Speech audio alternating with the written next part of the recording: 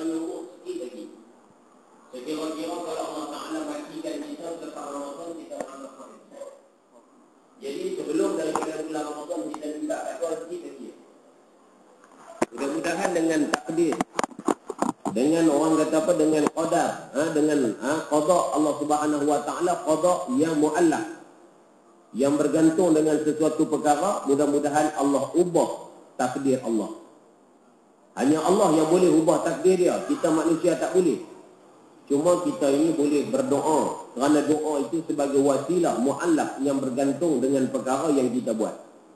Mudah-mudahan mana tahu kalau ketentuan umur kita mati sebelum Ramadan, dengan kita berdoa kepada Allah Subhanahu wa taala, Tuhan boleh tangguh, Allah boleh ubah. Dengan sebab kita berdoa kepada Allah Subhanahu wa taala, maka yang itulah yang kita nak kena mohon banyak kepada Allah, berdoa kepada Allah Subhanahu wa taala, maka rajin-rajinlah. Mulai sekarang kita dah kena rajin. Rajin apa? Rajin mengintai-ngintai masjid dan surau. Jangan lu tunggu bulan Ramadan nak bagi penuh. Jadi sebelum daripada bulan Ramadan, kita dah mengintai-ngintai surau dan masjid ataupun tempat-tempat ibadat yang lain. Jadi mudah-mudahan Allah Subhanahu wa taala merahmati kita insya-Allah. Jadi malam ini kita sambung pengajian kita di dalam kitab 40 perkara yang membatalkan iman. Yang mana kita masuk pada satu tajuk, iaitulah pada tajuk yang perkara yang ke-28. Ya, ada tahu buku. Perkara yang ke-28. Kalau tak silap tanda, ada orang tanda? Tak ada, seorang tak tanda. Suahibul tanda tak main hari ni. Tak ada. Orang yang tanda tu tak main.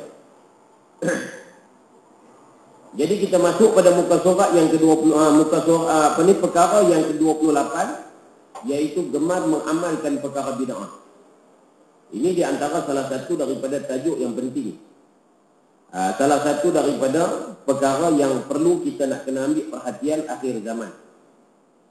Jadi di antara perkara-perkara yang boleh menggugat iman kita, iaitulah melakukan ataupun mengamalkan perkara-perkara bid'ah. Jadi kita tengok dulu sebelum kita nak cerita bid'ah tu apa, bagi faham dulu bid'ah.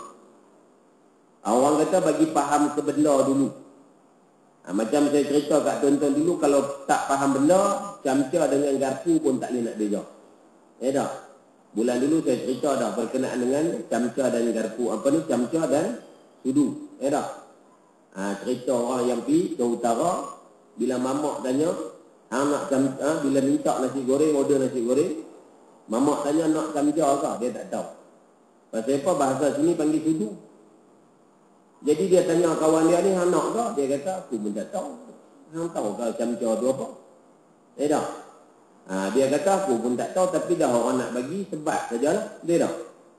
Akhirnya dia panggil mamak, dia kata, mamak main sini. Tadi mamak kata nak bagi apa? Mamak kata nak camca ke? Orang utara ni nak lah, nak ni tak semestinya dia bagi saja. Tapi duk faham kata mamak tu nak bagi saja. Dia kata bolehlah mamak bagi camca RM2, potong-potong bubur kicap. Tak? Jadi tu dia tak faham ke benda. Jadi bila tak faham ke benda, jadi masalah dalam kehidupan kita. Jadi sebab itulah apa-apa perkara yang kita sebut, biar kita faham. Terutama sekali perkara yang melibatkan benda ilmu yang perlu kepada kepahaman. Inilah yang disebut sebagai perkara yang akhir zaman orang langgak banyak. Ataupun diperbahaskan di kalangan manusia yang jahil. Iaitu perkara yang besar berkenaan dengan bid'ah. Jadi hari ini kita tengok orang jahil juga cuba nak cakap berkenaan dengan bid'ah. Orang jahil juga cuba nak cerita berkenaan dengan bid'ah. Tapi bila kita tanya dia apa tu bid'ah, dia tak tahu nak jawab apa tu bid'ah. Dia tak tahu nak cerita, tak tahu nak hurai apa tu bid'ah. Samalah macam mana orang yang hari ini dia berlagak seolah-olah dia reti berkenaan dengan hadis. Sebab tu pernah saya mengajak di Pulau Pinang, satu orang bila kita sebut berkenaan dengan hadis, dia selalu tanya saya, Ustaz, hadis tak gelak ni hadis sahih ke hadis dhaif? Jadi saya tanya dia, apa hadis sahih, apa hadis dhaif, sebelum saya nak jawab. Dia kata, dah dengar orang cerita. Kalau dengar orang cerita, tak suruh sembah. Dia tak? Dengar orang duk cerita kata sahih, kata dhaif, tapi dia tak tahu apa tu sahih, apa tu dhaif. Dia tak tahu apa tu hadis musalsal. Dia tak tahu apa hadis musalsal fil lughah. Dia tak tahu apa tu hadis yang banyak jenis dia.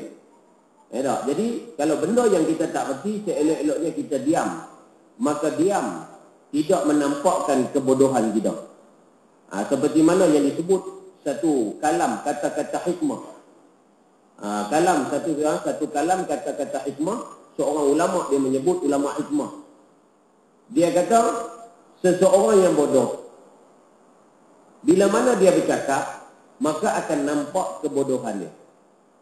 Tetapi kalau seseorang yang bodoh, kalau dia diam, maka tak nampak bodoh dia.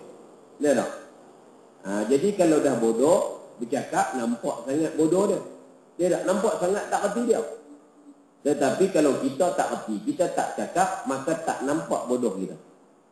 Ini banyak orang, dia tak erti, tapi duk cakap juga. Akhirnya dia nampak apa orang yang bodoh, orang tak erti lah. Jadi yang ni kita nak kena tahu berkenaan dengan perkara-perkara yang besar dalam agama kita. Jadi kita tengok di situ dia kata qala al-mu'allif wa musannif rahimahullah taala, dia kata bid'ah.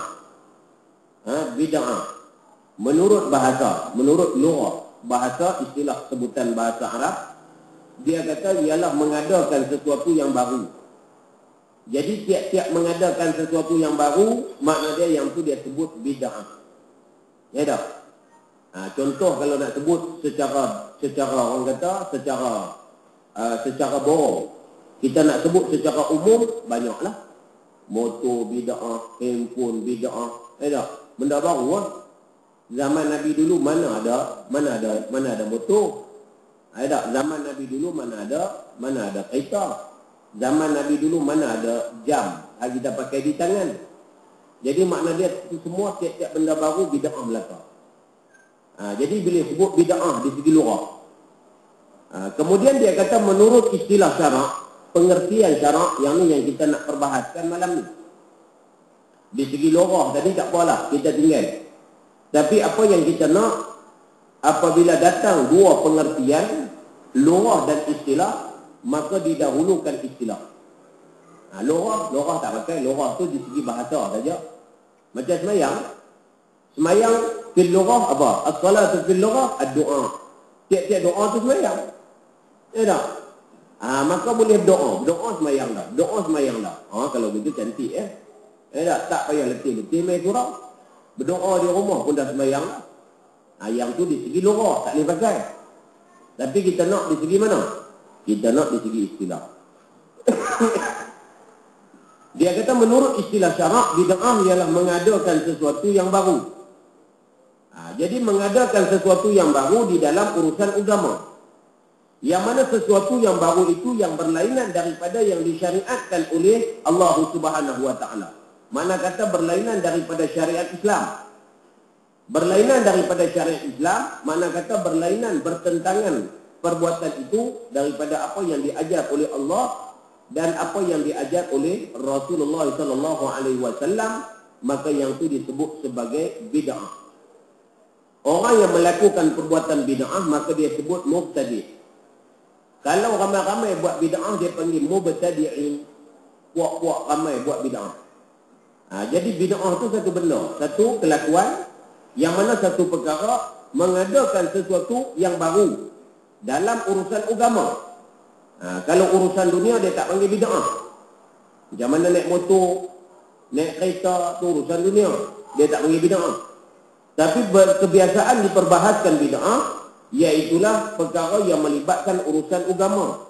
Yang mana perkara itu pula berlainan daripada yang disyariatkan. Makna dia perkara yang tidak ada asal. Imam Nawawi rahimahullahu ta'ala, dia sebut dalam kitab dia Bustanul Arifin, yang mana bid'ah itu iaitu perkara yang maksud yang kata tidak disyariatkan itu iaitu perkara yang tidak ada asal. Perkara yang tak ada asal. Mana kata apa? Perkara yang tidak ada contoh. Itu maksud dia. Tapi kalau perkara yang ada contoh, maka perkara tersebut walaupun baru di dalam agama, maka yang itu tidak dinamakan bid'ah. Contoh, kalau kereta kita pergi market, itu kan urusan dunia. Tak apa. Tapi kalau kereta main ke surau, itu kan urusan agama. Jadi main surau naik kereta, urusan agama. Maka yang tu juga dia kata benda yang ada contoh. Mana? Ibarat daripada kenderaan. Kita borong ibarat daripada kenderaan. Nabi dulu juga, sahabat dulu juga ada yang naik kenderaan di tempat ibadat. Cuma bezanya, mereka naik unta, kita naik kereta. Itu beza dia. Kalau nak kira tiap-tiap benda bida'ah tu, semua sesat belaka, maka hari ini kita pakat-pakat kena tempah unta untuk main ke surau. Pergi market boleh naik kereta, tapi main surau kena naik unta. Pasal apa? Urusan agama. Sebab tu kalau kita sebut berkenaan dengan bid'ah, biasalah satu hadis yang masyhur. Kalau kita buka dalam kitab Rawahul Abu Daud ataupun kitab Rawahul Tirmidzi, kitab Imam Tirmidzi, yang mana disebut satu hadis yang sahih, yang mana hadis ini riwayat daripada Abi Najih, iaitu Al-Irbad, seorang sahabat Nabi bin Sariyah radhiyallahu taala anhu. Jadi dia berkata, wa'azana Rasulullah sallallahu alaihi wasallam mau'izatan wajilat minha al-qulub wa zarifat minha al-uyun. Faqulna ya Rasulullah ka'annaha mau'izatun muwaddi'i fa'awsina. Qala usikum bittaqwallah azza wa jalla was-sam'i wat-ta'ah wa in ta'ammara 'alaikum 'abdun fa innahu man ya'ish minkum fasayara ikhtilafan katsira fa 'alaikum bi sunnati wa sunnati al-khulafa'ir rasyidin al-mahdiyyin abdu 'alaiha bin nawajid.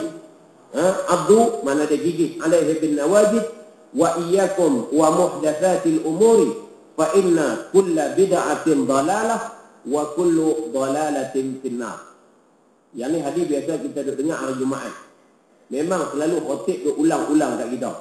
Cuma dia tak sebut riwayat siapa. Jadi riwayat ni daripada Irbad bin Sariyah. Yang mana menceritakan sahabat Nabi ni, dia cerita satu hari Nabi SAW naik ke atas mimbar. Jadi hadis ni sama dengan hadis sambungan daripada riwayat Huzaifah ibn al-Yaman. Huzaifah ibn al-Yaman menceritakan bahawasanya satu ketika Nabi SAW naik mimbar ketika mana waktu subuh. Lepas daripada sembahyang subuh, Nabi naik mimbar. Nabi berkhutbah kepada para sahabat. Lepas tu Nabi turun sampai Nabi naik lepas sembahyang subuh, naik ceramah di atas mimbar sampai waktu zuhur. Nabi pun berhenti, turun sembahyang zuhur. Lepas tu Nabi naik pula atas mimbar. Nabi ceramah pula sampai masuk waktu asar. Kemudian Nabi turun pula. Turun daripada mimbar. Kemudian Nabi sembahyang asar berjemaah. Nabi naik pula khutbah lagi sampai terbenam matahari. Jadi makna dia sehari Nabi ceramah hari itu. Sehingga kan Irbad bin Sariyah di antara salah seorang sahabat yang dengar, dia kata hari itu kami dengar Nabi ni seolah-olah macam mana Nabi ni beri nasihat wajilat minhal qulub, sehingga kan hati kami ni gementar. Hati kami ni dengar tu berasa gerun, berasa ketat. Lepas tu pula wazarifat. Zarifat ni makna dia apa? Sehingga kan mengalir air-air mata kami. Ada sebahagian teriak merau. Teriak sungguh-sungguh. Pasal apa? Seolah-olah mereka merasakan itu adalah khutbah terakhir Nabi SAW. Seolah-olah itu adalah khutbah terakhir Nabi. Jadi Nabi sebut banyaklah. Jadi Huzaifah Ibn Yaman dia kata, siapa-siapa yang paling banyak akal di kalangan kami, maka mereka itulah yang banyak mengingati hadis yang Nabi sebut tadi. Mana kata siapa-siapa yang kuat ingatan di kalangan sahabat tu, mereka lah yang mengapai paling banyak. Sebab tu kalau kita tengok dalam riwayat Abi Daud, panjang-panjang hadis dia berkenaan dengan hadis tersebut. Tu dia panggil hadis akhir zaman. Banyak yang Nabi sebut berkenaan dengan akhir zaman. Nabi sebut berkenaan dengan akhir zaman. Jadi kita lah kalau kata berlaku khutbah menyentuh agak-agak macam mana. Tak? Mengaji daripada subuh. Lepas subuh naik khutbah. Tak akan? Tak? Turun-turun sampai zuhur. Lepas tu sembahyang zuhur, mengaji pula. Tak? Allah, kalau kita ingat lari dah. Punya ustaz seorang. Ustaz pun lari juga. Mana tahan ustaz pun lapak juga dah. Jadi makna dia beza. Tak? Yang tu Nabi. Jadi kita ni bukan Nabi. Kalau Nabi tentulah nasihat dia tu hebat. Sahabat-sahabat bila dengar tak lari. Tak? Kita tengah jam teringat roti canai dah. Tak? Tengah jam teringat nak makan. Inilah orang kata beza para sahabat. Tak? Para sahabat yang duduk bersama-sama dengan Nabi SAW. Apa yang Nabi wasiat? Sehingga kan Nabi kata, yang pertama, usikum bitaqwallah. Kalau tuan-tuan buka dalam mana-mana hadis akhir zaman, hadis ini mesti ada. Jadi Nabi nak sebut gambaran, kita kata kesimpulan daripada hadis Irbad bin Sariyah ni, nak abad kata apabila zaman akhir, zaman kepincangan, zaman yang sampai kepada kemuncak kehancuran, sampai kepada janji Allah, dunia yang hampir kepada kiamat, masa ketika itu kita kena berjaga-jaga. Maka kita nak kena jaga beberapa benda. Nak kena pegang sungguh-sungguh. Yang pertama, di antaranya taqwa Allah. Taqwa kepada Allah. Usikum bi taqwa Allah. Sebab tu Nabi wasiat dengan taqwa. Mula-mula sekali. Lepas tu wasam'i wa ta'ah. Kita tunduk dan kita patuh. Kita tunduk dan kita patuh kepada ajaran Islam. Ajaran yang dibawa oleh Nabi Muhammad SAW. Dan kalaulah yang memimpin kita pada ketika itu adalah seorang hamba Habsyi. Ada setengah riwayat dia kata Abdun Habasyiyun. Tapi dalam hadis riwayat Tirmizi dan Abu Daud dia tak sebut berkenaan dengan Abdun Habasyiyun, tapi dia sebut Abdun saja. Jadi maklum bila sebut hamba ni kebanyakan Habsyi lah. Abdun Habasyiyun iaitu hamba Habsyi. Walaupun yang memerintah, yang menjaga hal ehwal kita pada ketika itu adalah daripada keturunan hamba. Tetapi dengan syarat hamba ini, pemimpin itu, dia berpegang kepada ajaran Allah dan berpegang kepada ajaran Rasulullah SAW. Itu syarat dia. Lepas tu Nabi kata, "Mayya'ish minkum." Siapa-siapa yang hidup di zaman tu, ni zaman yang Nabi sebut ni dah ada dah. Nabi kata, "Fasayara," maka dia selagi akan lihat. Di sini tentu kalau orang mengaji bahasa Arab, ya dah. Dia maksud benda yang jauh. Jadi dalam bahasa Arab kalau dia nak gambarkan satu benda yang jauh, dia gunakan perkataan huruf. Ada perkataan sin, ada perkataan saufa. Ya dah. Litamfi, mana dia apa? Benda yang jauh. Bila sebut sin, mana kata jauh, tapi jauh tak jauh mana? Tapi kalau sebut saufa, jauh. Ya dah. Kita kata sa'azhabu. Dia kata nak pergi Mekah ke? Saufa azhabu insya-Allah. Selagi aku akan pergi. Mana kata lama lagi kot, duit tak ada lagi lah ni. Tapi kalau duit dia ada dah. Orang tanya dia nak pergi Mekah bila? Insya-Allah sa'azhabu dia kata. Mana kata aku hampir dah nak pergi ni. Bila-bila ada masa ayah aku pergi ya. Jadi itu beza bahasa Arab. Kalau orang mengaji indahnya lorah bahasa Arab kan tu. Jadi perkataan dia tu dah ada beza. Bila sebut sin tu dekat. Mana kata dekat di zaman mana? Zaman akan datang. Mana kata akhir zaman, mungkin zaman kita. Siapa-siapa yang Nabi kata kalau dia duduk di zaman tu, maka dia akan lihat mana ikhtilafan katsira, perbalahan yang begitu dahsyat. Perbalahan yang begitu banyak. Bila berlaku perbalahan, Nabi kata ketika itu tak ada lain. Fa'alaikum bisunnati, maka kamu kena kembali kepada sunnah aku, ajaran aku. Bukan setakat ajaran Nabi Muhammad wa sunnati khulafa ar-rasyidin ahmadiyyin. Begitu juga kamu kena berpegang kepada sunnah, yakni jalanan. Sunnah ni makna dia perjalanan lah. Perjalanan hidup Nabi. Begitu juga perjalanan khalifah khulafa ar-rasyidin al-mahdiyyin. Jadi kalau kita tengok dalam huraian hadis, banyak ulama-ulama menyebut maksud yang kata khulafa ar-rasyidin itu iaitulah kita mengikut jejak langkah sahabat yang 4. Sayyidina Abu Bakar, Sayyidina Umar, Uthman dan juga Ali. Jadi kita tak pernah jumpa Sayyidina Abu Bakar. Kita tak pernah jumpa Sayyidina Umar. Abu Bakar yang meniaga pasar malam mungkin kita pernah jumpa. Umar yang meniaga tepi jalan mungkin kita pernah jumpa, tapi tak pernah jumpa Sayyidina Abu Bakar. Jadi macam mana pula kita tak pernah jumpa Sayyidina Abu Bakar? Jadi huraian hadis dia kata, kalaulah kita tak pernah jumpa Nabi, memang tak pernah jumpa. Lepas tu tak pernah jumpa khulafa ar-rasyidin al-mahdiyyin, jadi bermakna kita berpegang kepada perjalanan hidup mereka. Siapa? Mereka yang mengikut perjalanan hidup khulafa ar-rasyidin dan juga Nabi SAW.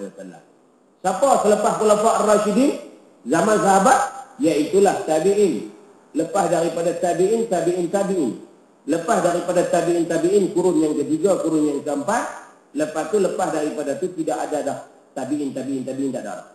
Melainkan yang ada hanyalah generasi al-ulama. Ada. Jadi ada 3 kurun tu je. Pertama kurun sahabat, yang kedua kurun tabi'in, yang ketiga tabi'in. Lepas tabi'in, mana kata tak ada dah kurun tabi'in tak ada dah. Melainkan dia kembali kepada kurun al-ulama. Yang ni kurun yang kembali kepada asal. Nabi kata al-ulama warasatul anbiya. Ulama adalah waris aku. Mana dia mewarisi apa yang aku sampaikan kepada mereka. Jadi makna dia kita ikut ulama yang berpegang kepada tabi'in. Tabi'in yang berpegang kepada tabi'in yang berpegang kepada sahabat yang berpegang kepada Rasulullah sallallahu alaihi wasallam. Jadi sebab tu akhir zaman, macam mana kita nak ikut panduan dia? Melainkan panduan yang utama adalah ulama. Kalau kita tak berpandukan kepada ulama, nescaya kita akan sesat akhir zaman. Walaupun hari ini kita ada Quran, tapi kita bukan orang yang mahir dalam selok-belok Quran. Macam mana golongan-golongan sahabat, golongan-golongan tabi'in, golongan tabi'in dan juga generasi ulama yang mana mereka begitu mahir dalam selok-belok Al-Quran, sehingga akan contoh, kalau kita kata di zaman Imam Syafi'i sendiri pun, sehingga ke Imam Syafi'i diiktiraf orang yang boleh mengistimbatkan hukum, mengeluarkan hukum daripada Al-Quran dan hadis. Jadi makna dia ni zaman pengiktirafan. Mana? Ulama yang muktabar. Ulama yang muktabar, ulama yang mendapat pengiktirafan. Yang mana nama mereka itu ada di dalam senarai kubarul ulama. Tak? Jadi yang ni yang kita nak ikut akhir zaman. Jadi kalau orang yang berpegang kepada perjalanan macam tu, maka wajib kita kena ikut. Ini akhir zaman, kena kembali kepada perkara tersebut. Dah kita akhir zaman kita pegang Islam, Nabi kata abdu alaiha bin nawajid. Hampa kena gigit dengan gigi geraham. Orang tentu kalau gigit dengan gigi geraham kuat tak kuat? Kuat tu. Tak? Kalau dia gigit dengan gigi depan, kita boleh tarik lagi kain ni. Tak? Dia tarik lagi. Tapi kalau gigit dengan geraham, nescaya kita tak boleh tarik. Pasal apa? Mungkin kalau tarik juga dengan tuan-tuan dia berjalan sekali. Apa ibarat geraham? Jadi Nabi mengibaratkan gigi yang paling hujung. Jadi seolah-olah kita nak pegang hak kuat saja kan? Tak. Bermakna kita kena pegang semua agama. Apa semua agama? Semua amalan agama. Bukan maksud geraham kena pegang hak wajib saja. Ada orang hurai kata nak Nabi sebut geraham. Nabi tak sebut gigi depan ni semua sunat belakang dia kata. Tak? Jadi sebut geraham ni hak wajib belakang. Tak. Kena bagi faham hadis. Jadi ulama hadis kata, sebab apa diibaratkan geraham? Kena geraham gigi yang ada pada hujung sekali. Jadi bila mana kita nak gigit dengan geraham, maka sudah pasti gigi yang lain juga akan terkena gigitannya. Jadi makna dia, bila kita gigit dengan geraham hujung sekali, semua gigi akan pegang belakang. Jadi makna dia, pegang sungguh-sungguh kepada semua amalan agama. Itu maksudnya. Ada orang kata kita mah wajib sudahlah, dia kata. Tak? Sebab Nabi pun suruh pegang hak wajib lah tak? Tak, dia tak erti, tak faham dia. Tak? Dia tak faham. Lepas tu Nabi kata, wa iyyakum muhdatsatil umur. Jaga-jaga akhir zaman. Hampa kena jaga-jaga. Apa? Perkara-perkara baru akan muncul akhir zaman, dahsyat. Tak? Fa inna kulla bid'atin dalalah. Nabi kata, tiap-tiap benda baru tadi adalah bid'ah. Dalalah. Wa kullu dalalatin finnar.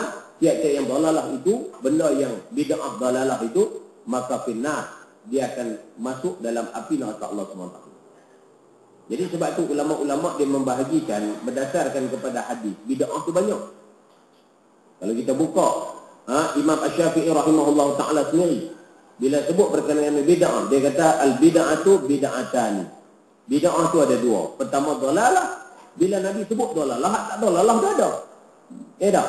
Dia panggil mafhum mukhalafah. Mafhum mukhalafah ni apa? Kita faham di sebalik dia. Kita faham di sebalik dia. Macam kita pergi rumah orang lah. Kita pergi rumah orang, kita tanya, Tok Imam dah rumah dah? Dia kata, kereta tak ada. Nampak? Dia tak sebut kata Tok Imam tak ada. Tapi dia sebut apa? Kereta tak ada. Kereta Tok Imam tak ada. Jadi apa yang kita faham? Dia panggil mafhum mukhalafah. Di sebalik dia habaq kata kereta tak ada, Tok Imam tak ada. Pasal Tok Imam biasanya kalau kereta tu ada, nak urut je lah dia tak. Ada. Kalau kata, Tok Imam ni kereta dia biasa kalau dia naik kereta, kalau dia ada kereta. Kalau tak ada, payah nak urut dah. Tapi kita pakai ayat yang paling ringkas. Apa? Tengok cerita dia tak ada. Jadi bila kita dah faham, kita pun balik kan. Pasal apa? Dia panggil mafhum di sebalik dia. Kita tahu dah kata tu imam, tak ada di rumah. Tak? Itu dia panggil mafhum di sebalik apa yang kita kata. Jadi maksud Nabi kata macam tu juga. Bila Nabi kata, wa kullu bid'atin dalalah, tiap-tiap bid'ah itu dalalah. Dan siapa-siapa yang buat bid'ah dalalah itu kena dia akan masuk dalam api neraka Allah SWT. Jadi ulama perbahaskan di sini masalah dia, yang ulama boleh membahagikan bid'ah itu bukan dia bagi dengan sains. Bukan dia ambil dia cincang bagi tak. Apa kita bagi tepung dalam kat orang. Tak? Hak kecil potong bagi kat orang, hak besar tiba kat kita. Bukan macam tu. Dia tak? Jadi mereka bahagi itu berdasarkan kepada ilmu. Mana?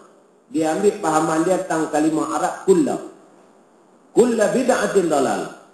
Jadi kulla itu diperbahaskan oleh ulama. Mana dia tiap-tiap. Sebab dalam bahasa Arab dia ada kulla, kullu. Dia ada kullu majmu' dan kullu jami'. Ni kalau nak bahas pening kepala belakang, dia tak? Jadi pendek cerita kena mengaji sampai faham. Dia ada kullu jami' dan dia ada kullu majmu'. Maksud kullu jami', kullu majmu' lebih kurang macam ni. Dia pun kata tiap-tiap orang Kelantan semua makan manis. Ada orang Kelantan ni? Ada orang Kelantan ramai saya rasa tak? Betul ya tiap-tiap orang Kelantan makan manis? Betul ke tak? Tak jua. Tuan tahu makan manis kan makan pedas? Nampak ni orang Kelantan pelik. Ni tak? Jadi maksud dia, bila sebut kullu, tiap-tiap dia kebiasaan. Ada yang tak makan manis. Contoh macam sahabat kita, dia tak makan manis. Orang kata tiap-tiap orang Patani Thailand, dia pun suka makan benda manis-manis. Kalau di Thailand, tuan saya pernah duduk di Thailand, dia punya cucuk badak dia. Kita ingat cucuk badak biasa di Malaysia kan, cucuk badak kan inti dia bubur nyok cabai pedas tu. Tapi tak, kita di Thailand, kalau cucuk badak tu, gigit-gigit tu gula saja. Jadi makna dia cucuk badak dia pun gula. Dia tak? Kalau kita pergi kedai makan dia tengok cabai merah menyalak. Merah ni cabai. Tapi makan-makan manis. Tak? Makan-makan manis. Jadi bila kita sebut tiap-tiap orang Patani makan manis. Jadi sebenarnya di segi ni sebuah kebiasaan. Tapi sebenarnya ada juga yang tak makan manis. Ya, ada tak makan manis. Tu. Macam orang kata, tiap-tiap orang Pulau Pinang semua minat makan nasi kandar. Tak semestinya orang minat makan nasi kandar, ada yang tak makan. Dia tak? Ada orang Pulau Pinang tak kenal nasi kandar, ada. Ada orang Pulau Pinang tak kenal tanduri, ada. Jadi makna dia bukan tiap-tiap tu semua. Ini perbahasan di segi majmuk dan jami'. Itu maksud dia. Jadi mudah kita nak faham tak? Jadi bila sebut perbahasan ada, orang kata masih ada lagi pilihan, masih ada lagi kecuali, maka yang tu dikatakan bahagian. Jadi sebab tu ulama membahagikan bid'atan. Al-bid'atu bid'atan. Syekh Abdul Salam dia kata al-bid'atu bid'atan. Syekh Ibn Hajar dia kata al-bid'atu bid'atan. Ada lagi yang membahagikan banyak. Al-Imam Al-Ghazali. Imam Ghazali kata al-bid'atu khamsatu aqsam. Bid'ah terbagi kepada 5. Ada bid'ah wajib, ada bid'ah harus, ada bid'ah haram dan macam-macam bid'ah. Jadi pendek-pendek kata, kita kena yakin, kita kena tahu bahagian-bahagian bid'ah itu ada kalanya bid'ah yang melibatkan agama dilarang, ada kalanya melibatkan agama yang tak dilarang. Jadi saya pernah lah, macam sahabat saya di Pulau Pinang dulu, pernah satu ketika, dia bahabat ni, dia kata mana boleh. Dalam hadis itu dia sebut tiap-tiap. Jadi bila tiap-tiap, semua sekali. Saya kata tak boleh lah. Lepas tu bila kita sebut pasal kereta, pasal motor, dia kata tak, yang tu urusan dunia. Jadi yang kata bid'ah tu urusan agama. Kita bawa satu contoh yang melibatkan urusan agama yang kita mudah faham. Kalau kita kata kita main kereta, dengan kereta main ke surau, mungkin boleh buat pilihan, boleh jalan kaki. Dia tak ada masalah. Nak mengelakkan dia, contoh ada. Jadi dia masih ada hujah. Jadi kita bawa satu hadis Nabi yang mana berlaku ketika mana Nabi SAW melakukan haji. Nabi ketika melakukan haji, kan di antara perkara yang penting dalam haji yang dianggap sebagai wajib, iaitulah orang kata kita mabit ke Muzdalifah. Tak pergi ke Muzdalifah, mabit Muzdalifah. Jadi dalam hadis Nabi SAW daripada Mekah, daripada tanah haram, Nabi pergi ke Muzdalifah, Nabi menunggang unta yang kuning. Asfar, unta yang kuning. Dia sebut dalam hadis unta yang kuning.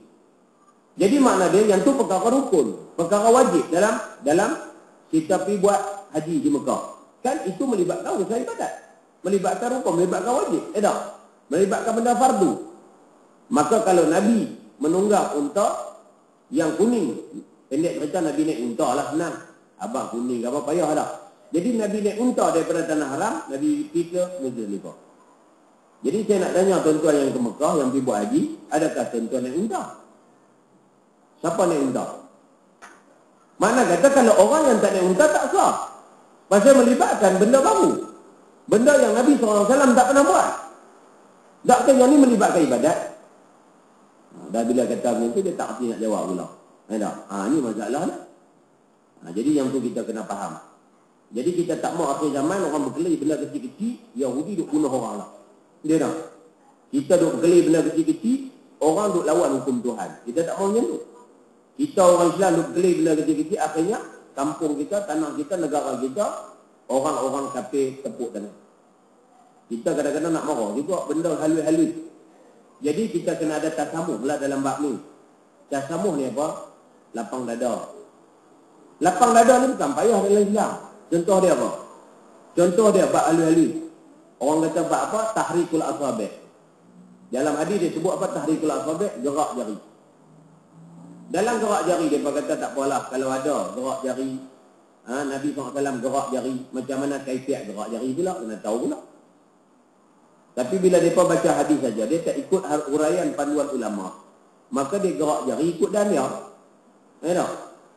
Ada yang gerak jari macam ulat, ada yang gerak jari macam-macam. Jadi panduan kita mudah. Apa yang ulama hurai kita tengok. Paling nyata kita tengok dalam kitab Bahrul Mazi, juzuk yang kedua. Bab apa bab gerak jari? Bahrul Mazi jelas dia sebut. Dia kata memang hadis Nabi SAW menggerakkan jari. Tapi macam mana Nabi gerak jari? Awak hampa pernah tengok Nabi kan gerak jari? Kok mana tahu? Kali-kali jumpa Nabi, Nabi kata gerak jari ni hampa gerak lah. Tak pernah jumpa. Jadi makna dia, kita ikut syariat yang ulama atau ulama dah uraikan kepada kita. Mana? Tengok dalam kitab Bahrul Mazi juga. Tak? Dia kata Nabi SAW menggerakkan jari. Macam mana pendapat Imam Nawawi? Iaitu ketika mana Nabi SAW mengatakan asyhadu an la ilaha illallah. Nabi angkat jari. Jari telunjuk dia. Lepas tu wa asyhadu anna Muhammadar Rasulullah. Nabi angkat jari, jari ibu dia. Bab angkat jari ibu ada 3 kaifiat. Ada yang kata riwayat Nabi angkat jari ibu, Nabi letak di bawah ni. Ada yang kata Nabi letak di tepi ni. Ada yang kata Nabi letak di atas ni. Jadi ala kulli hal yang tu banyak dengan. Nak buat macam mana itu suka. Tapi kat tempat saya tentu ada satu orang. Dia tak pergi semayang di surau kes apa? Kes Tok Imam gerak jari. Ada juga yang satu surau lagi, dia tak pergi ke surau semata-mata Tok Imam tak gerak jari. Tok Imam angkat tahiyat, illallah. Jadi tak gerak jari. Dia kata Tok Imam semayang tak sah. Pasal Tok Imam telah melanggar apa yang Nabi buat, dia tak mau buat. Saya tanya dia, saya kata gerak jari ni takkah benda kecil ya. Oh, dia kata mana boleh kecil. Nabi buat tu dia kata. Hak Nabi buat kita tak mau buat, dia kata tak boleh. Semayang kita tak sah. Ini berat sekali. Tapi kita ada agak soalan cepumah kat dia. Saya tanya dia, Pak Cik tak apalah kalau kata Pak Cik kata semayang tak sah kalau orang tak gerak jari. Saya tanya dia, kalau orang yang tak ada jari, dia nak gerak tentang apa? Tak? Kalau orang lelaki-lelaki ada agak benda dia nak angkat, dia nak gerak. Hak perempuan tak ada benda nak angkat, nak gerak. Macam mana dia kata? Orang perempuan semayang semua tak sah belakang kalau hak duduk. Dia kena buah cepumah sampai kelar dia tak boleh jawab. Jadi makna dia benda macam tu punya remeh pun kita tak boleh nak bincang. Dia tak? Ada kalau angkat tak sah mana dia? Macam mana kalau orang semayang tangan kutuk? Benda ahli. Sama agak macam kunut. Orang nak buah kunut kau semua tu. Buat Palestin mati ribu orang lah. Tok Imam ni semayang tak baca kunut, Tok Imam ni semayang baca kunut. Tu tak sama lah. Lapang dada. Lapang dada ni maksud dia macam mana? Kalau kita pergi semayang di tempat yang mazhab dia baca kunut, bacalah kunut. Tak? Bukannya berat tangan kita nak angkat, bukan suruh angkat balang. Dia nak suruh angkat tangan, dia pun baca kunut. Jadi makna dia, kalau kita pergi ke tempat yang tidak membaca kunut, meraihkan mazhab dia, kita tak payah baca kunut. Macam orang pergi Mekah. Awak pergi Mekah boleh raih pula apa tu? Boleh raih pula Imam Mekah. Pasal apa kalau Imam Mekah tak baca kunut? Tak ada masalah. Pasal apa? Dia ada tasawuf, lapang dada. Tapi balik main Malaysia, tu Imam baca kunut, tak lebih semayang di masjid tu. Tak? Ini berat. Ada agak mereka jawab, kadang-kadang mereka pandai juga jawab. Puak ada setengah tu dah, jahil. Dia kata kalau hampa kata kami, kan lah ni duk timbul mazhab macam-macam. Tak? Mazhab ni. Bukan mazhab senaknya, yang tu pahaman. Mazhab dia lain, mazhab 4 ya. Tak? Yang tu yang 4 mazhab. Lain pada tu dia panggil pahaman. Syiah, ada yang kata kaum muda, kaum tua, Wahabi, kalau apa macam. Dia kata orang tak baca kunut semua apa Wahabi. Tak? Macam lah. Puak tu pula jawab pula, dia kata, kalau orang kata orang tak baca kunut tu Wahabi, mana kata puak mazhab Hanafi Wahabi belakang. Pandai juga dia jawab. Tak? Jadi persoalan dia macam mana? Persoalan dia mudah kita nak faham. Jadi kalau kita di Malaysia contohnya mazhab Imam Syafi'i, apa salahnya kita raihkan? Mazhab Imam Syafi'i baca kunut, sedangkan Imam Syafi'i pun boleh raih Imam Hanafi tinggal kunut, sehingga kan penganut mazhab Imam Syafi'i dia kata, wahai Imam, hang suruh kami baca kunut, tiba-tiba orang semayang suruh tak baca kunut. Imam Syafi'i kata, aku raih tuan ada dalam kubur ni. Siapa? Iaitulah Imam Hanafi. Dia raih Imam Hanafi, guru dia. Tak? Jadi mudah ya, kalau tuan-tuan tak mau baca kunut, boleh, tak ada masalah. Pergi semayang masjid India di Kuala Lumpur, tak ada masalah kan, masjid India, sebab tak baca kunut. Ataupun kalau di Pulau Pinang, berlumut-lumut masjid tak baca kunut. Masjid Pakistan, tak? Masjid India, ada peduk kenal si kandak dekat masjid India, ada. Tak ada masalah, puak tu tak baca kunut. Itu dia kata apa, tak sambung. Jadi makna jangan kita duk melatah gambar 4 bahas sedikit ni tak payah. Tak? Kita kena fikir apa, macam mana kita nak buat Islam. Macam mana nak laksanakan hukum Tuhan tu benda besar. Tak? Macam mana nak bagi orang ni kembali kepada ajaran agama. Macam mana nak bagi ajak orang main ke surau dan sebagainya. Tu benda besar-besar semua. Tapi duk fikir lalu-lalu, itu masalah dia. Habis. Kemudian kita kembali balik pada pengajian tadi. Dia kata mengadakan bid'ah dalam urusan yang berlawanan dengan ajaran Al-Quran, sunnah Rasulullah SAW, amalan-amalan sahabat Rasulullah dan ijma' ulama adalah haram dan dilarang dalam Islam. Termasuk tuan-tuan orang yang menyalahi ijma' ulama, maka hukum dia haram. Dan dilarang dalam agama. Maksud dia pertama Quran, yang kedua sunnah Rasulullah SAW, iaitu hadis, yang ketiga ijma' dan yang keempat qiyas. Kalau mazhab Imam Hanafi, yang pertama Al-Quran, yang kedua hadis sahih, yang ketiga hadis dhaif. Sebab tu mazhab Imam Hanafi, dia punya aturan tak sama macam aturan kita. Tapi kita, Quran, hadis, ijma', qiyas. Ikut atur, selamat kita. Tak? Selamat kita. Termasuk orang yang menyalahi ijma'. Kita takut tuan-tuan, orang tak faham. Contoh macam mana semayang tarawih. Semayang tarawih, 20 rakaat, itu adalah ijma'. Tuan-tuan buka dalam kitab Sirah Salihin Imam Ghazali, ataupun buka dalam kitab Fiqh Ibn Hajar, buka dalam kitab Fiqh Syekh Ramli, ataupun mana-mana ulama-ulama termasuk dalam mazhab-mazhab yang lain. Jadi maknanya muktamad bahawasanya semayang tarawih 20 itu ijma'. Tapi kalau kita tak mau semayang 20, jangan lawan 20. Pasal apa? Kita telah melawan, menyalahi ijma'. Kita seorang nak lawan ijma' ulama tak boleh. Sebab ijma' dia tak boleh ubah. Melainkan dalam ijma' perkara yang baru, yang tu boleh. Dia panggil ijma' perkara-perkara yang aridi, benda baru mai. Contoh benda baru mai apa? Masalah suntik bulan Ramadan. Yang tu baru-baru mai belakang. Dulu tak ada timbul bab suntik bulan Ramadan tak. Sama juga macam orang tanya masalah mu'asyarah, masalah baru dalam fiqh ada. Yang tu ulama mati dah nak gerak Imam Syafi'i, tolong bagi fatwa mai kat aku Ustaz. Tak ada yang mati dah. Melainkan kita kena buat ijma' baru. Tak? Orang tanya masalah apa? Dia ni tulang belakang dia rosak. Bila rosak kita cari tulang-tulang lain semua tak sesuai. Mungkin tulang lain tak tahu lah kot, mungkin tak ada tulang yang boleh masuk dalam tubuh dia. Melainkan doktor kata ada satu sepepat tulang babi yang boleh masuk. Satu sepepat tulang babi yang boleh masuk. Kalau boleh masuk tulang ni insya-Allah. Dia kata boleh, tak ada masalah. Kalau nak semayang pun semua boleh. Tak warap lah. Dia tak. Macam mana aku ni tak biasa-biasa tak. Babi tak bisa makan, sentuh pun tak biasa. Bahkan kalau lori babi lalu pun ludah tak kira tak. Ni nak masuk ni. Hak tulang babi masuk dalam anggota dia. Buat bayangkan. Itu dia panggil muakhirah. Yang ni kena buat ijma' baru. Pasal apa? Pasal ulama' mujtahid sudah pun tak ada.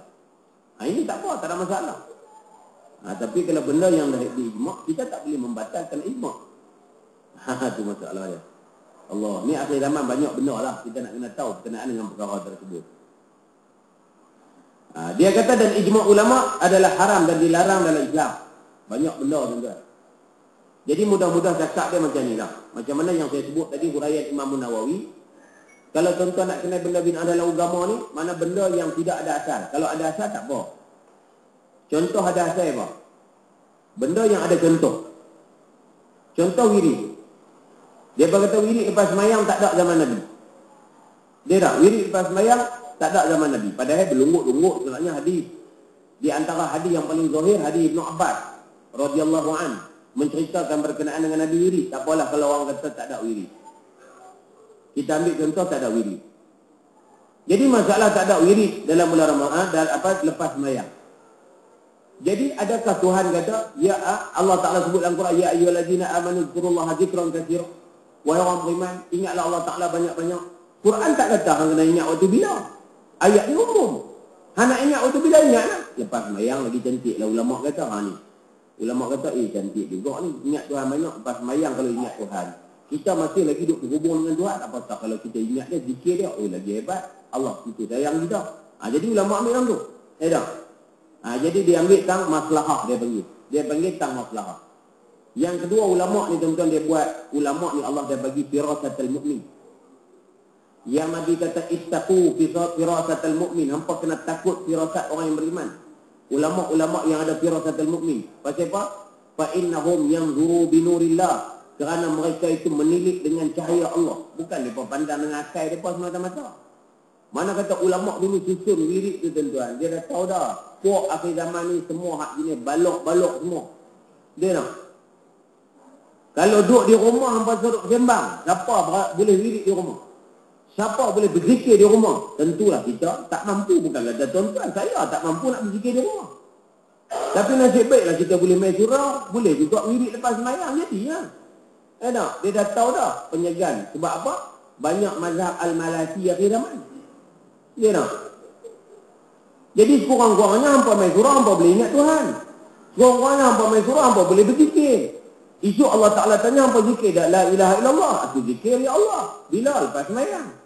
Ada juga Allah Ta'ala tanya hampa zikir dah subhanallah. Siapa zikir subhanallah bangun. Kita bangun juga. Pasal apa pernah juga kita berzikir lepas semayang. Jadi lah. Ini tak? Itu dia kata apa?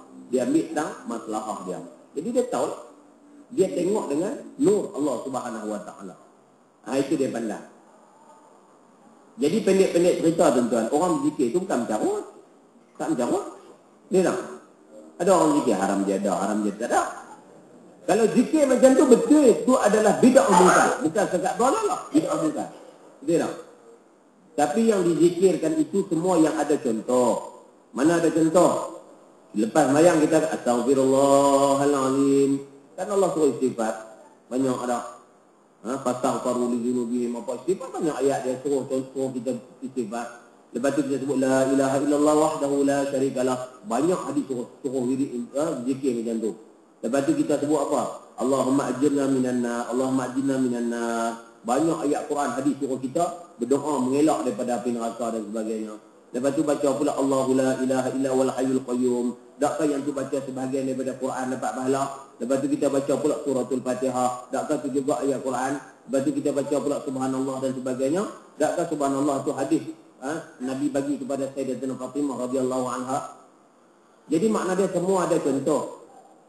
Ibarat dia macam ni lah. Ibarat dia mudah-mudah. Saya nak bagi contohnya. Dulu tuan-tuan orang Melayu, orang Malaysia, saya teringatlah zaman dulu-dulu ni, kalau kata orang Malaysia ni, pukul 10 memang kedai tutup, kira petang tu tutup lah. Dia tak betul orang tutup dulu. Dulu orang dulu-dulu dia tak pernah ada dalam kamus hidup dia makan malam, tak ada. Dia tak? Tapi siapa yang memperkenalkan makan malam sampai wujud kedai 24 jam? Pertama sekali kedai tom yam. Bila mai kedai tom yam saja ke Malaysia, maka wujudlah nasi kanak 24 jam, nasi 24 jam ni. Akhirnya wujud banyak kedai makan 24 jam. Jadi nak abang apa? Nak abang kata kita di Malaysia ni tuan-tuan, kita ni tak hati makan tom yam dulu ni, tak hati. Jadi dakkah kita sebut tom yam sebahagian daripada benda bid'ah oleh orang Malaysia? Dia tak? Bid'ah lah, sebab kita tak bisa makan benda baru. Tapi pasal apa tuan-tuan boleh makan tom yam, saya nak tanya. Padahal tom yam ni, tak bisa orang Jawa boleh makan tom yam. Orang Negeri Sembilan. Dulu tuan-tuan, di antara negeri yang payah nak masuk makanan luar, Negeri Sembilan. Kalau Negeri Sembilan, mereka nak makan nasi kandak pun payah. Pasal apa? Dia kira apa? Masak lemak cili api. Itu makanan utama dia. Betul tak? Lalu ni kita tengok kedai tom yam berlungut-lungut di Negeri Sembilan. Sama juga di Kelantan. Ya tak? Sama juga di tempat-tempat lain. Jadi tak pasal apa kita boleh makan tom yam? Sebab tom yam dia ada asal. Ada contoh. Ada asal. Apa yang dia buat dalam tom yam? Tak, bukan dia buat main daripada Thailand. Itu satu benda yang kita tak pernah tengok. Dia buat main satu benda tu, benda yang kita pernah tengok. Ada contoh. Mana? Tom yam dia bubur ayam. Pernah tengok ayam tak nak tengok? Pernah tengok tak? Tom yam dia bubur daging. Pernah tengok juga kita. Tom yam dia bubur sotong. Tom yam dia bubur udang. Tom yam dia bubur limau. Daun limau. Tom yam dia bubur serai. Dia bubur tomato. Jadi benda semua ada asal ke? Hak benda memang kita makan. Cuma kita buat masak lain. Jadi dia buat main benda baru. Dia himpun semua. Dia buat satu masakan nama dia tom yam. Akhirnya kita boleh makan. Pasal apa? Pasal benda ada asal. Sama juga macam wirid tadi. Wirid ni asal dia duduk rata-rata dalil dia. Astaghfirullah dalil dia tang la ilaha illallah dalil dia tang dalil dia tang. Cuma mai kat ulama-ulama ni dia buat satu himpunan wirid sebagai panduan dalam amalan hidup kita. Dia himpun semua. Dia bubur sikit ayam, bubur sikit daging, bubur sikit serai apa semua. Namalah akhir zaman wirid lepas semayang ataupun tom yam lepas semayang. Dia tak? Nama dia tom yam lepas semayang. Dah mudah. Jadi memang kita tak biasa dulu, tapi boleh makan lah. Pasal apa? Pasal la ilaha illallah kita sebut. Astaghfirullah biasa sebut. Subhanallah kita biasa sebut. Cuma kadang-kadang sebut tang lain-lainnya. Mana tahlil dia sebut la ilaha illallah. Ada agak kat tempat saya mengajak di Bayan Baru Pulau Pinang. Ada satu orang tua, umur putih lah. Dia mula saya mengajak, bila saya semayang, dia tak pernah angkat tangan berdoa. Tak apalah, saya tak kisahlah. Antak mau angkat tangan, menyebut saya lah. Lepas tu, saya duduk perhati dia ni. Bila mana majlis tahlil, dia suka duduk menyorok-menyorok. Saya suruh orang perhati. Saya tahan buat tengok, dia buat apa? Rupanya dia saja tidur. Bila kita tanya-tanya, siasat rupanya dia ni memang jenis anti tahlil. Tak mahu tu. Tak mahu tahlil tu. Dia kata tahlil tu bid'ah dan sebagainya. Tapi yang saya pelik, satu yang perangai dia.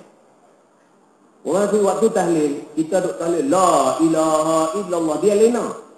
Sekali habis-habis tahlil, doa apa semua habis, berani keluar. Dia dulu cedok. Dia semua realiti berlaku. Dia dulu cedok. Kadang-kadang saya geram, saya tiba itu ya. Saya kata kalau hang kata la ilaha illallah tahlil ni bid'ah, makan juga adalah bid'ah. Hang tak boleh makan. Sebab apa? Majlis ni melibatkan juga benda-benda tersebut. Lepas-lepas dia kena ayat tu, alhamdulillah sampai lah dia tahlil. Pasal apa? Kalau tak tahlil dia kata tak boleh makan biryani free. Leceh juga. Dia tak? Jenis tu pun ada juga. Jenis di tahlil pasal nak makan. Allahu Akbar. Puak kita macam kot sini pun tak. Tapi kot ini banyak. Ada setengah-setengah tu sampai dia kauting siap dengan Tok Siap, Tok Bilal semua. Tok Imam ni. Kalau kenuri rumah orang panggil tahlil, dia tanya siap. Ni Bilal. Masya Allah ni. Dia bawa kenuri. Tak tahu dengar-dengar kata buat berani. Kalau berani siap. Dia bawa tasbih hak 10 biji. Meratik tak kira rapat ke lantai. Dia tak. Tapi kalau Tok Siap kata biung goreng, dia bawa tasbih 100. Dia tak. Kata Tok Bilal kata, dia ingat kata-kata dia bawa beli kuih je. Dari 4 lebih kurang. Siap 21 kali ya. Dia tak. 21 kali. Kalau tak ada makan, siap 3 kali ya la ilaha illallah. Lagi lah. Ada juga original tu pun. Tapi tak apalah, kurang-kurangnya tuan-tuan, kita ada juga sebut la ilaha illallah dalam kehidupan kita. Alhamdulillah. Walaupun itu dengan tujuan lain, tapi ada juga kita sebut afdal zikri la ilaha illallah. Jadi ya. Hadis. Kemudian dia kata firman Allah Subhanahu wa taala, "Wa ma atakumur rasulu fakhudhu wa ma nahakum anhu fantahu. Wattaqullaha innallaha syadidul iqab." Surah Al-Hajj ayat 7. Apa-apa yang diberikan, jadi disampaikan Rasul kepadamu, maka hendaklah kamu ambil. Dan apa-apa yang dilarangnya, maka hendaklah kamu hentikan. Dan takutlah kepada Allah, sesungguhnya Allah amat keras siksaannya. Kan mudah. Ayat ni cukup mudah kita nak faham. Wa ma atakumur rasul fakhudhu. Apa yang Nabi buat ambil ya? Apa yang Nabi tak ambil tinggal. Ya tak? Jangan buat. Wattaqullah. Bertakwa kepada Allah, yang pentingnya kita takut kat Tuhan. Ya tak? Kita takut kat Tuhan, benda Allah suruh kita buat, benda Allah larang kita tak buat, kita tinggal. Innallaha syadidul iqab, sesungguhnya Allah amat keras siksaannya. Jadi kalau orang faham ni tuan-tuan, orang tak bincang benda lalu tak. Padahal orang buat bid'ah banyak, orang lawan hukum Tuhan tu bid'ah bukan setakat dalalah, bid'ah mungkar. Orang yang tak mau kepada hukum Islam tu tuan-tuan, bid'ah bukan setakat dalalah, bid'ah mungkar. Yang tu lagi teruk buat bid'ah tu, tapi orang tak kata apa-apa. Ya tak? Orang boleh duduk senyum lagi, salam cium tangan lagi. Orang boleh duduk, tak kira lah dah. Jadi makna dia tu bukan setakat dalalah, mungkar. Buat benda mungkar terus. Allah. Habis.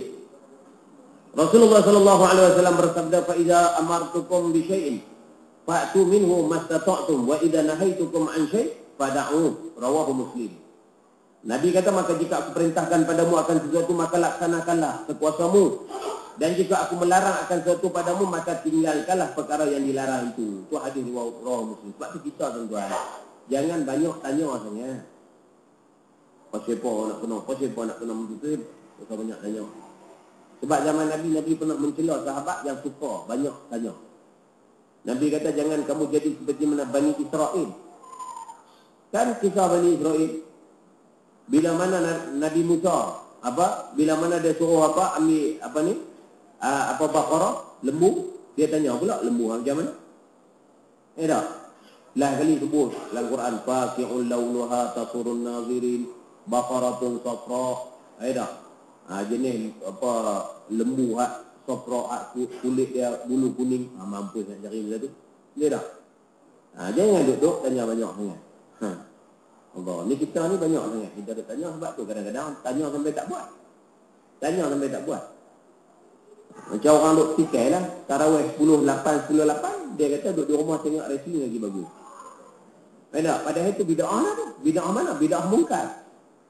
Tak main tarawih, dia duduk petikai 10-8, padahal duduk rumah tengok wrestling. Tengok wrestling tak bid'ah lah. Tu dia tak faham lah tu tak?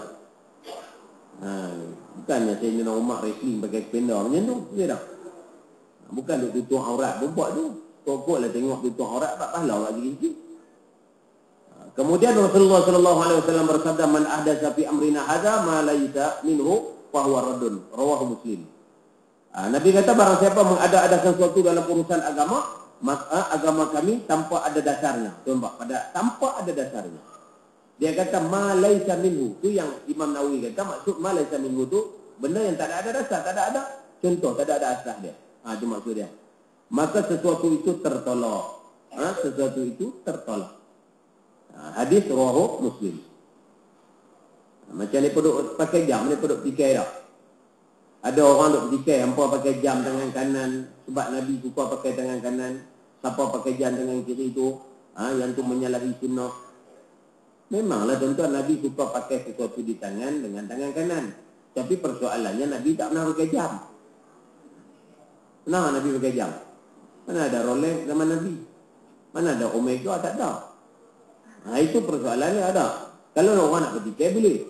Tapi kalau pakai, biasanya kita ambil atas umum. Nabi SAW bila pakai satu perhiasan, tak kira lah cincin ke apa di tangan, Nabi suka pakai tangan kanan. Jangan pakai tangan kiri. Ni mentang-mentang dia meniaga cincin, tuan-tuan, Allahu Akbar. Tak? Tangan kanan 4 jari penuh, tangan kiri 4 jari penuh. Batu nak penumbuk tu. Allah, kita mana tahu.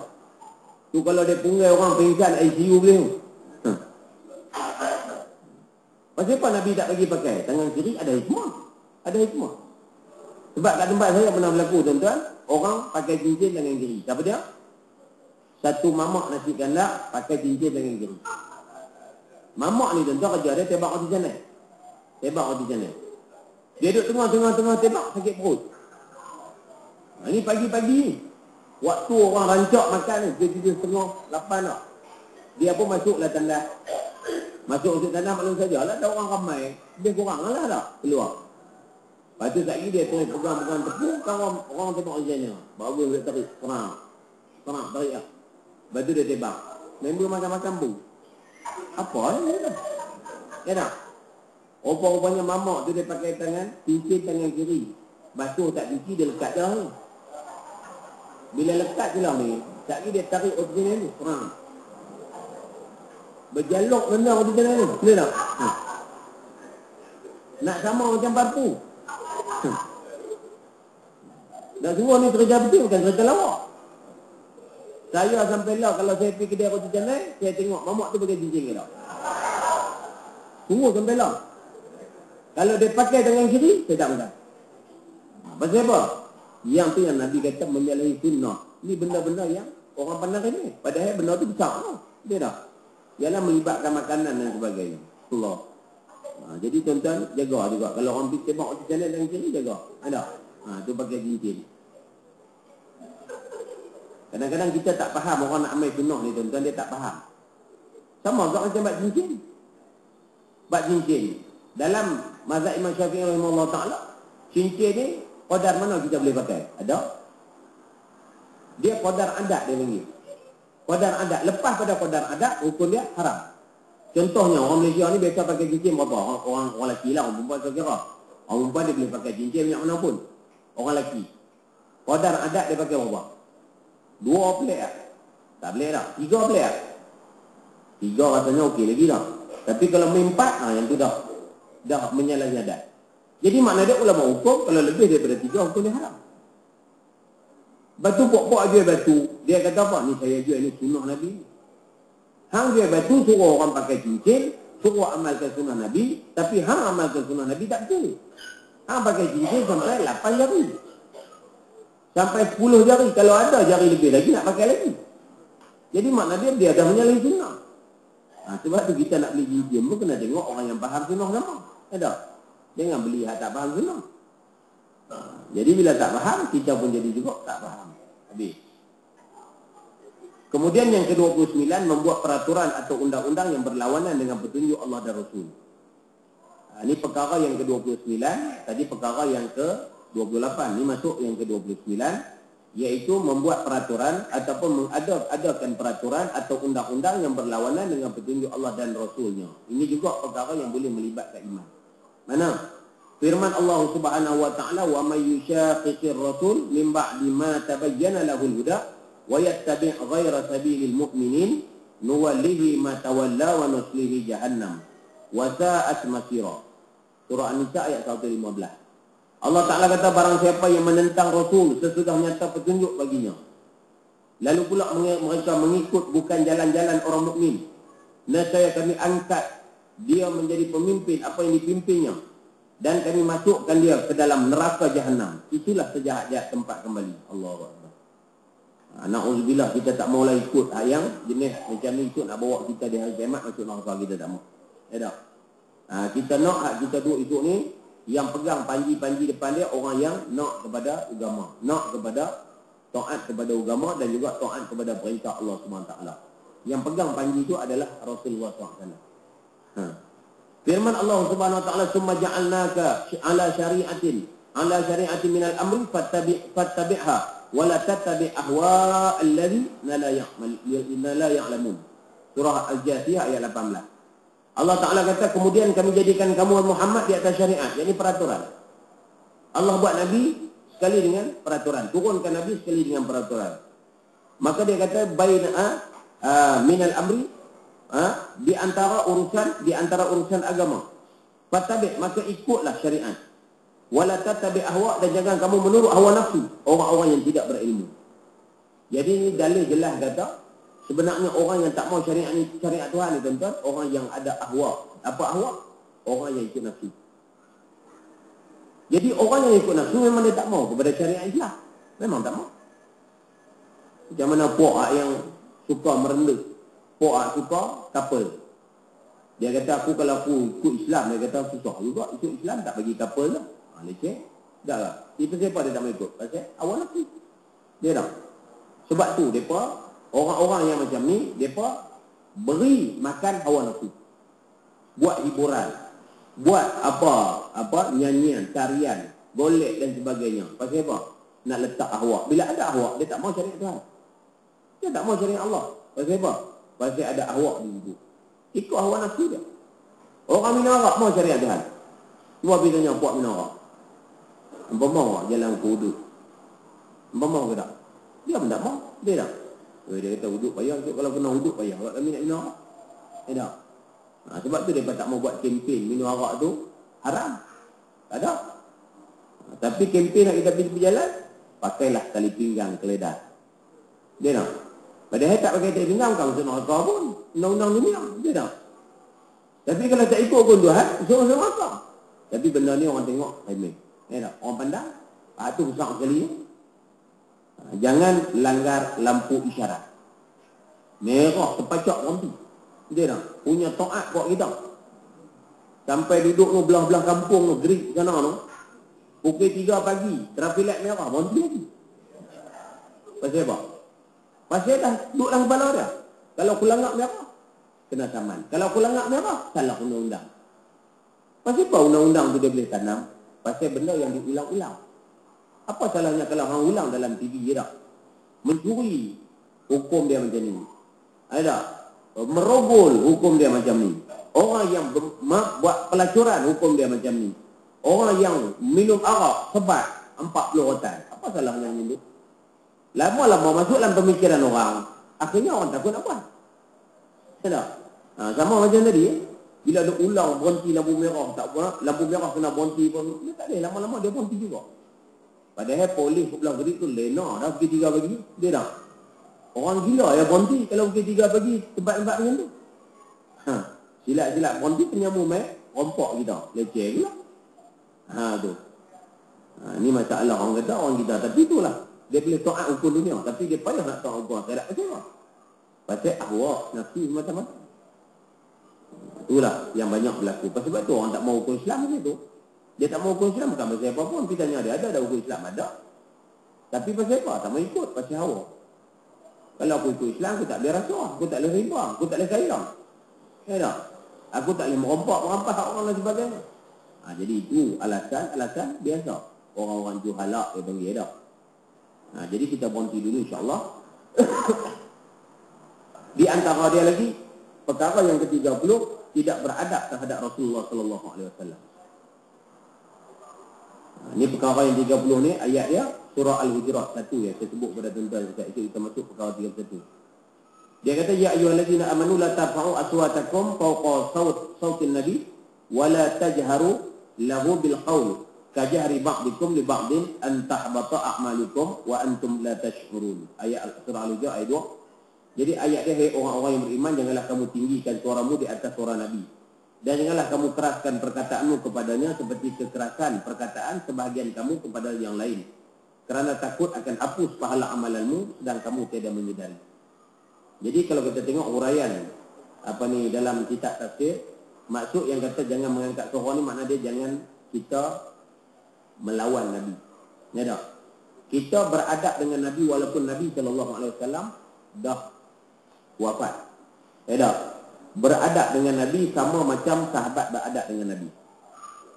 Siapa sahabat beradab dengan Nabi? Di antaranya seorang sahabat nama dia Sayyidina Bilal Ibn Rabah. Ni saya baca perhabisnya pasal kita nak ambil 31 itu senang. Saya share dia betul tak? Takut-takut esok dia yalah, payah saya pun nak tanda usaha juga kadang-kadang lari tanda. Ya. Sayyidina Bilal Ibn Rabah selepas daripada 2 tahun 3 bulan kewafatan Rasulullah, satu ketika dia balik ke tempat dia, ke Syam. Jadi Bilal ni dia berjanji dengan diri dia, selepas daripada Nabi wafat, dia tidak akan azan lagi. Pasal apa? Pasal dia tak boleh azan. Dia teringat Nabi Muhammad. Lepas tu bila dia teringat, dia tak boleh duduk di Mekah, di Madinah, dia lari. Dia pergi ke Syam, tempat dia balik. Lepas tu bila mana 2 tahun, ada tahun 3 bulan, tahun 3 bulan. Tiba-tiba Sayyidina Bilal dia mimpi. Nabi SAW mai jumpa, wahai Bilal, adakah kamu tak ingat aku? Nabi kata kat dia. Esok tu juga dia bangun, dia siap-siap pakaian, dia terus bertolak ke Madinah. Dia sampai saja, permulaan sekali, dia ziarah makam Rasulullah. Pasal apa? Pasal Nabi pesan dekat Sayyidina Bilal, hang tak ingat aku maksud dia? Awak lama tak main ziarah tu Bilal. Nabi ni tuan-tuan, walaupun zahir dia wafat, tapi sebenarnya Nabi itu hidup. Orang yang di Mekah dia tahu. Tak? Wala tahsabanna alladhina qutilu fi sabilillahi amwata. Apakah kamu menyangka orang yang mati, orang yang memperjuangkan agama Allah itu mati, itu orang fi sabilillah. Nabi Muhammad ni tuan-tuan, bapa fi sabilillah. Takkan dia mati, bal ahya tu, kata dia patut hidup. Nabi Muhammad hidup. Tak? Jadi dia pun pergi ziarah Nabi. Bila ziarah jumpalah sahabat-sahabat. Masa tu di zaman pemerintahan Sayyidina Abu Bakar Siddiq. Lalu sahabat-sahabat jumpa, dia kata sampai masuk waktu zuhur. Ada riwayat kata asar. Masuk waktu asar. Ada riwayat kata masuk waktu zuhur. Dia suruh Bilal azan. Sayyidina Abu Bakar suruh Bilal azan. Umar suruh azin ya Bilal azan. Bilal tak mau. Bilal kata pada dunia aku tak azan lepas Nabi wafat. Jadi makna dia sahabat-sahabat besar-besar menjumpa Bilal suruh azan. Rindu nak dengar suara Bilal. Tiba-tiba datang cucu Rasulullah, Sayyidina Hasan dan Husain. Dia berkata, wahai Bilal, azan. Bila cucu Rasulullah minta azan ni tuan-tuan, Bilal ni tunduk. Lepas tu Bilal angkat kepala, Bilal kata, kalaulah aku tak tunaikan permintaan kamu, wahai cucu Rasulullah, apa aku nak jawab esok kepada datuk kamu? Nabi mati lah tu, betul? Jadi dia panggil adab. Apa aku nak jawab kat datuk kamu kalau aku tak menunaikan permintaan hamba? Sampai waktu Sayyidina Bilal naik azan di menara, Sayyidina Bilal laungkan azan. Sampai pada perkataan, wa asyhadu anna Muhammad, Nabi biar Sayyidina Bilal tak boleh azan. Bila saja Sayyidina Bilal azan ni tuan-tuan, di Madinah ni, pasar-pasar dia berhenti semua. Orang yang meniaga, orang yang apa semua berhenti. Hak kafir, hak muslim. Dia berkata apa? Hampa dengar nak suara tu. Hampa dengar nak suara. Dan suara tu kita boleh dengar. Sehingga kan ada sebahagian penduduk menyangka bahawasanya Nabi SAW dihidupkan semula oleh Allah SWT. Dia persangka kata Nabi hidup balik.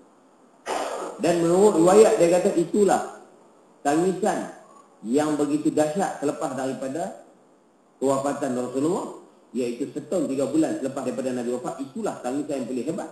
Sehingga kan penduduk di Pekan, di Madinah itu ingat-ingat dengan tangisan umat Islam ketika itu, kerana mereka menyangka bahawasanya Nabi Muhammad dah hidup balik. Sayyidina Bilal dah tak ada nak azan masa itu. Tak? Jadi makna dia nak cerita apa? Ini adab Sayyidina sahabat kepada Rasulullah. Walaupun Nabi dah mati. Kalau kita tak payahlah. Sama juga kita beradab dengan bapak kita walaupun bapak kita mati. Pak kita pesan dulu, mat, jangan minum arak nak. Pak kita mati pun terguli untuk dalam kubur. Kita minum arak. Kita tak beradab dengan pak kita. Ya tak? Walaupun dia dah mati. Jadi makna dia, itu dia panggil beradab. Sama juga. Jadi mana sahabat ni dia tak berani menyakiti hati Rasulullah. Walaupun Rasulullah dah mati. Dah wafat dah. Tak berani nak menyakiti walaupun dah mati. Zaman kita lah ni tuan-tuan bukan cakap bagi sakit hati Nabi. Relai hancur lah hati Nabi ni. Dia tak? Hak yang berzina lah, minum arak lah, apalah macam-macam itu ada. Hak lawan agama ni tak kira ada. Kalau Nabi Muhammad hidup ni tak tahu lah macam mana. Dia tak? Tu pun mengaku umat Nabi Muhammad tu. Lambat-lambat lepas masuk Ramadan. Minta surga sekali. Tak? Ni. Jadi kita jangan jadi golongan tu. Jadi itulah kesimpulan ayat tadi, insyaAllah. Mudah-mudahan Allah bagi keberkatan. Kita masuk pada perbahasan yang ke-31, menghina sahabat Rasulullah, wallahu a'lam.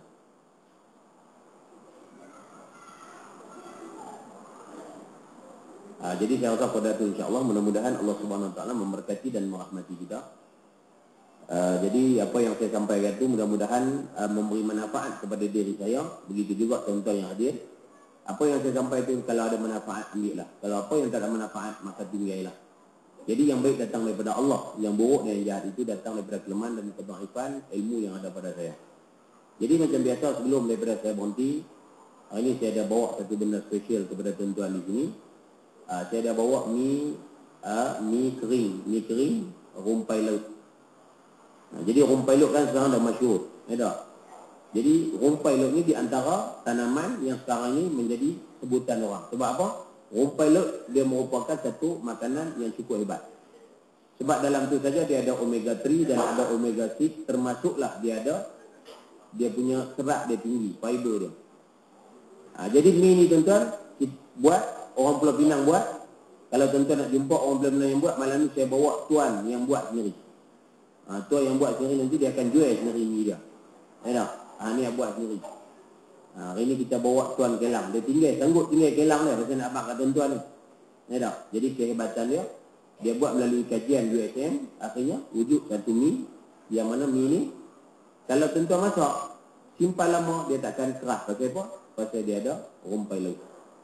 Dia ada kandungan omega. Yang kita duk makan telur ayam omega tu, ayam mana boleh menghasilkan omega? Tak? Melainkan ayam yang diberi makan rumpai laut, maka telur dia pun ada kandungan omega. Jadi hari ni tuan-tuan boleh pergi tengoklah. Tuan-tuan nak tahu cara masak, di situ pun ada tulis. Ataupun tuan-tuan boleh pergi tanya tuan dia sendiri, insya-Allah. Jadi mudah-mudahan apa yang kita makan tu memberi, orang kata, kekuatan untuk kita buat ibadat. Yalah, dah benda boleh makan sihat, insya-Allah dah. Dan ini dia tak ada asid dan dia tidak ada pewarna. Itu hebat dia. Tak? Asid tak ada, pewarna pun tak ada. Wallahu subhanahu wa ta'ala alam. Bismillahirrahmanirrahim. Alhamdulillahirabbil alamin wassalatu wassalamu ala asyrafil anbiya'i wal mursalin sayyidina maulana Muhammad wa ala alihi washabihi ajma'in. Allahumma rabbana anfa'na bima 'allamtana. Rabbi 'allimna alladhi yanfa'una. Rabbi faqihna wa faqih ahlana wa qarabatin lana fi dinina. Rabbi afiqna wa afiqum bima tartadi qala fi'lan karamah. Warzuqna kulla halalan da'ima amin ya rabbal alamin. Allahumma ja'alna mimman istama'al qaul wa yattabi'ul hasanah. Ya Allah, kau jadikanlah kami golongan yang suka mendengar kebaikan lalu mengikut kebaikan tersebut. Jangan kau jadikan kami, ya Allah, golongan yang dicela di dalam Al-Quran, yaitu golongan yang suka mendengar kebaikan lalu berpaling dan lari daripada kebaikan-kebaikan itu. Allahumma ja'al jam'ana hadza jam'an marhuma wa tafarraqana min ba'dihi tafarruqan ma'suma. Rabbana atina fid dunya hasanah wa fil akhirati hasanatan wa qina 'adzaban nar. Wa sallallahu ala sayyidina Muhammad wa ala alihi wasallam. Subhana rabbika rabbil 'izzati 'amma yasifun wa salamun 'alal mursalin. Alhamdulillahirabbil alamin. Taqabbalallahu minkum.